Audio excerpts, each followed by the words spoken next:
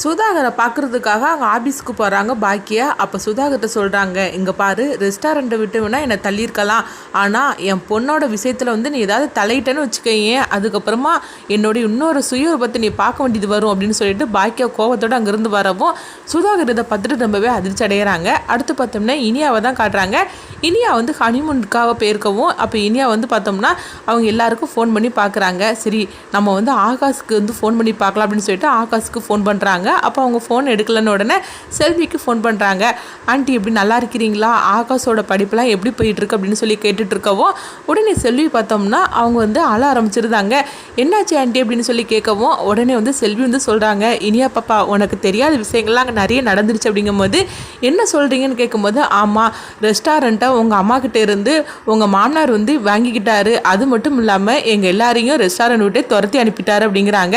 இது கிட்டதுமே இனி அதிர்ச்சி அடைகிறாங்க. நீங்கள் சொல்கிறதெல்லாம் உண்மையா, ஆனால் என்கிட்ட இந்த விஷயத்தை பற்றி யாருமே சொல்லலை அப்படிங்கும்போது உன்னுடைய வாழ்க்கை நல்லா இருக்கணும் அப்படின்னு சொல்லிட்டு தான் அக்கா ரெஸ்டாரண்ட் விட்டுட்டே வெளியே வந்துட்டா, அப்படி இருக்கும்போது உங்ககிட்ட எப்படி சொல்லுவா அப்படிங்கவோ இது கிட்டதுமே இனி அதிர்ச்சி அடைகிறாங்க. அடுத்து பார்த்தோம்னா நிதிஷ்ட சொல்கிறாங்க, நம்ம உடனே ஊருக்கு கிளம்பணும் அப்படிங்கிறாங்க.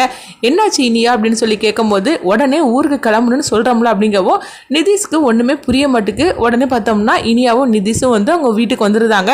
வந்ததுமே சுதாகர்கிட்ட வந்து இனியா கேட்குறாங்க, ஆமாம், ரெஸ்டாரண்ட் விட்டு எங்கள் அம்மாவை துரத்திட்டீங்களா அப்படின்னு சொல்லி கேட்கும்போது உடனே சுதாகர் சொல்கிறாங்க, நீங்கள் எதுக்காக இப்போ ஹனிமூன்லேருந்து பாதிலே வந்தீங்க அப்படின்னு கேட்கும்போது, அங்கிள் நீங்கள் உண்மையை சொல்லுங்கள், நான் கேட்டதுக்கு நீங்கள் ஒன்றும் பதில் சொல்லலை அப்படின்னு சொல்லவும் அப்போ சுதாகர் சொல்கிறாங்க, அப்படிலாம் ஒன்றும் இல்லை இனியா, ரெஸ்டாரண்ட்டு உங்கள் அம்மா கையில் தான் இருக்குது, உண்மையை சொல்ல போனாய்க்கு அந்த ரெஸ்டாரண்ட்டை வந்து கொஞ்சம் புதுப்பிக்கிறதுக்காக தான் நான் அவங்களெல்லாம் வந்து போக சொன்னேன், ஆனால் அது உங்கள் அம்மா வந்து தப்பாக புரிஞ்சுக்கிட்டாங்க போலுக்கு அப்படின்னு சொல்லவும் உங்கள் அம்மாவும் உனக்கு இந்த விஷயத்தை பற்றி சொன்னாங்க அப்படிங்கும்போது எங்கள் அம்மா இந்த விஷயத்தை பற்றி இது வரைக்கும் சொல்லவே இல்லை, நான் உடனே எங்கள் அம்மாவை பார்த்துட்டு வார் அப்படின்னு சொல்லிட்டு இனியா வந்து நேராக பார்த்தோம்னா அங்கே பாக்கியாவை பார்க்கறதுக்காக வீட்டுக்கு வராங்க.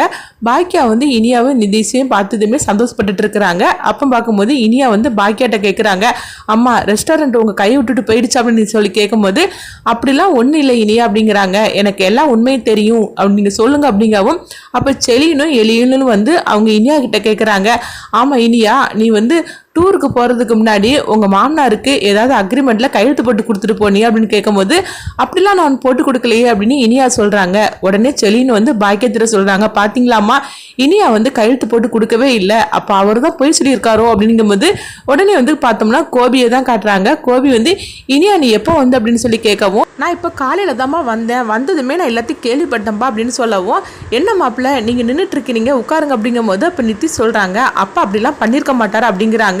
இது கிட்டதுமே பாக்கியா அதிர்ச்சி அடைகிறாங்க.